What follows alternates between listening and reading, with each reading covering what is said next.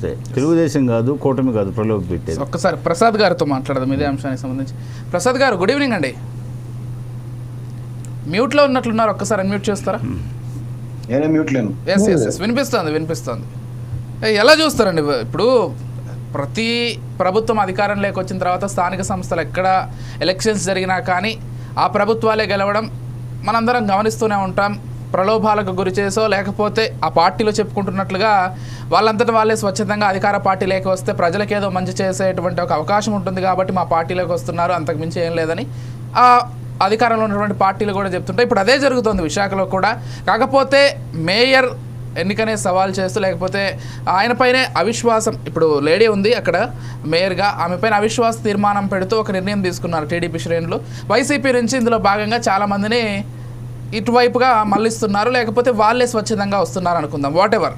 మొత్తంగా ఈ అంశాన్ని ఏ విధంగా చూస్తారు? విశాఖ మేయర్ పీఠం కూటమి చేతిలోకి వెళ్ళే అవకాశం ఉందా?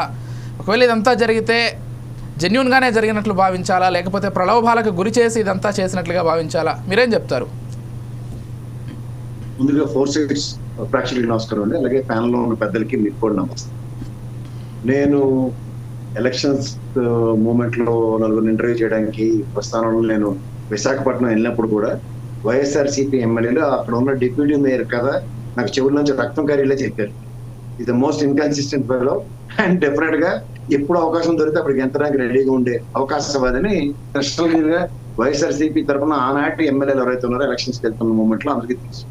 తర్వాత ఇంకోటి ఏంటంటే వీళ్ళు స్వార్థ ప్రయోజనాలు తప్ప ఈ రాజకీయ నాయకులకి అధికారం మే పరమావధి, అంతకు మించి ఇంకేం ఉండదు.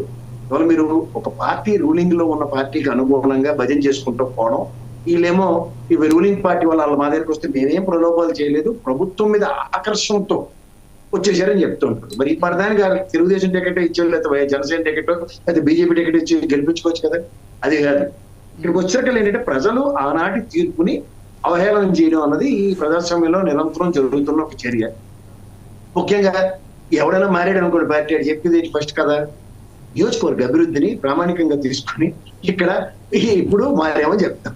అలాగే ఈ కార్పొరేటర్ల స్థాయి ఏముంటుంది, మా అయితే కార్పొరేట్ డివిజన్ లో జరుగుతున్న వర్కులకి కమిషన్లు దండుకోవడం తప్ప నేనైతే కొత్తగా ఇది వినూత్నంగా ఈ కార్పొరేటర్ వల్ల ఇంత ఉపయోగం జరిగిపోయిందని నేను ఎక్కడ చూడలేదు.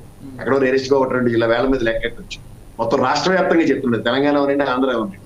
సో వీళ్ళు ఓవరాల్ గా వీళ్ళ వల్ల వాళ్ళకి, వాళ్ళ వల్ల వీళ్ళకి అన్న దగ్గర ఏంటగా గొడుగు పెట్టే కార్యక్రమంలో ఇవాళ అక్కడ ఉన్న మేయరు, డిప్యూటీ మేయర్ ఈ దగ్గర పెట్టడం కోసం డిప్యూటీ మేయర్ అతనితో పాటు నలుగురిని మన పల్లా శ్రీనివాసరావు గారి ఆధ్వర్యంలో లోకేష్ గారికి మాట తీసుకుని పల్లా శ్రీనివాసరావు గారితో జాయిన్ అయిపోయారు. దానివల్ల ఏమవుతుంది, మహా అయితే ఈ 4 ఏళ్ళు 5 ఏళ్ళు టెన్యూర్ లో ముఖ్యంగా ఎక్స్‌చెక్కర్‌కి రావాల్సిన రెవెన్యూ విశాఖ నుంచి ఎక్కడైతే వస్తుందో విశాఖకి పంచకుండా రూలింగ్ పార్టీకి డిస్కషన్స్ ఉంటే దాన్ని ఎలా మలచాలో అలా మలుచుకోవడానికి వెసులుబాటు. ఇదే అపోజిషన్ అనుకోండి, ఖచ్చితంగా ఇది విశాఖ డివిజన్ కి సంబంధించి విశాఖ మేయర్ గా ఈ విశాఖ ప్రాంతానికి ఖర్చు పెట్టడానికి వెసులుబాటు. ఇప్పుడు ఉన్న గతంలో కేటీఆర్ ఇక్కడ 50 crores 45 crores దగ్గర తీసుకుని ఫార్ములా 1 ఈ రేస్ కి డబ్బులు ఖర్చు పెట్టాడు. ఎక్కడ హైదరాబాద్, గ్రేటర్ హైదరాబాద్ నిధులు. అలాగే విశాఖపట్నంలో కూడా వీళ్ళకి నచ్చినట్టుగా మలుచుకోవడానికి ఉపయోగాలు పడతాయి. దానికి పోయేది నష్టపోయేది ప్రజలే. ఇలా రాజకీయ ముఖ చిత్రాల్లో మాస్కులు తీసుకుని ఒకసారి వైఎస్ఆర్సీపీ, ఒకసారి తెలుగుదేశం, ఒకసారి జనసేన, ఒకసారి బీజేపీ అనుకుని ఆటలాడుకోవడం అలవాటు అయిపోయింది.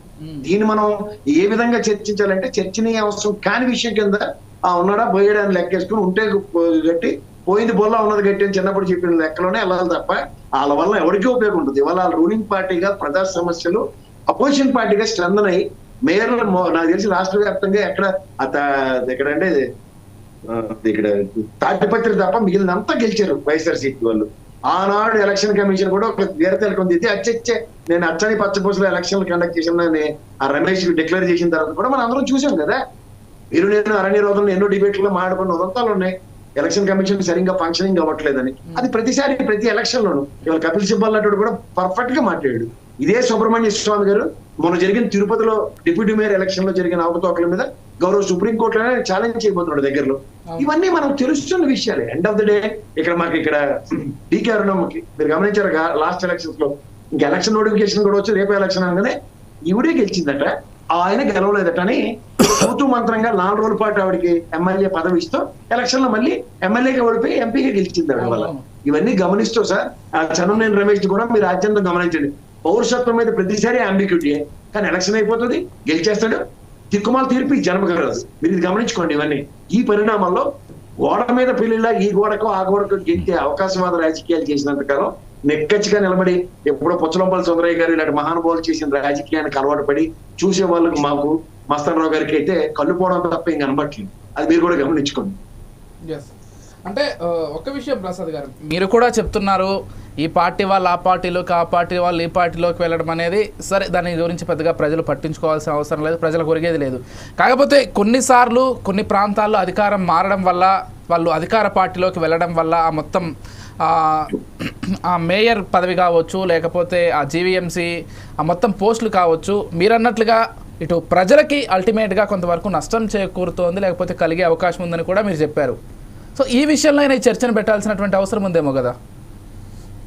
ఖచ్చితంగా అండి. ఇప్పుడు స్థానికంగా కార్పొరేషన్లు చేసి పంచాయతీలు చేసి వీటన్నిటికీ మున్సిపల్ చైర్మన్లు, ఇక్కడేమో పంచాయతీలకి మున్సిపల్ చైర్మన్లు, కార్పొరేషన్లకి ఏమో మేయర్లు అనుకున్నప్పుడు వాళ్ళ టెరిటరీ, వాళ్ళ బౌండరీస్, వాళ్ళ ఫస్ట్ సిటిజన్ కింద కన్సిడర్ చేస్తూ విశాఖపట్నానికి వాళ్ళు చేయవలసిన పనిలో ఒక ప్రియాంబుల్ ఉంటుంది. ఇప్పుడు మధ్యలో ఆదిలోని హంసాబాద్ లాగా రూలింగ్ గవర్నమెంట్ కి భజన చేసుకుంటూ పోతామంటే ఇప్పుడు వాళ్ళు ఆల్రెడీ ఎక్స్చెక్కర్ లో రూపాయి డబ్బులు లేదని అనుభవం గోలెట్టుకుని రోజు తెల్లారు లేచి అదే పంచాయతీ నడుస్తుంది. ఇప్పుడు ఉన్న డబ్బులు ఏముంటాయి, కొన్ని కార్పొరేషన్లు కొన్ని పంచాయతీలో ఉన్న డబ్బులు రాష్ట్ర ఖజానాకి మలుచుకోవడానికి వాళ్ళు వేసుకుంటున్న ఒక పెద్ద బ్రిడ్జ్. అది గమనించండి ప్రజలు. రైట్. ఇందులో ఎండ్ ఆఫ్ ది డే ఒక కార్పొరేటర్ గా వైఎస్ఆర్సీపీ అవచ్చు, తెలుగుదేశం అవచ్చు, జనసేన అవచ్చు, బీజేపీ అవచ్చు, వాడు టాస్క్ వాడు ఫుల్ఫిల్ చేయడానికి వాడు ఎక్కడి నుంచి కేంద్ర ప్రభుత్వం రాష్ట్ర ప్రభుత్వాలు ఇచ్చి నిధులు అక్కర్లే. ఇది చూడండి, చిన్నపిల్లలు చేసి బండి సంజయ్ అప్పుడు మాట్లాడి చూడండి, కారు ఇల్లు అని వాళ్ళు గెలవడానికి ఉపయోగించుకునే ఒక ఇన్స్ట్రుమెంట్ ఇది. End of the day municipal పరిధిలో ఉన్నవి, కార్పొరేషన్ పరిధిలో ఉన్న వాళ్ళు ప్రజలు కట్టే ప్రత్యక్ష పరోక్ష పనులన్నిటికీ వాళ్ళు దాన్ని ఆ కార్పొరేషన్ డెవలప్మెంట్ కి ఎలా యూజ్ చేస్తారనేది ప్రైమా ఫేస్ క్వశ్చన్. అది ఎప్పుడైతే బెస్ట్ యూటిలైజేషన్ జరగట్లేదో వీళ్ళు పోయారు వాళ్ళు పోయారని ఇంకో 6 నెలల పాటు చర్చించుకుని వీడు మావాడే అనుకుని చర్చ సావే తప్ప ప్రజలకు ఉపయోగపడింది దమ్మిడి లేదు దాంట్లో.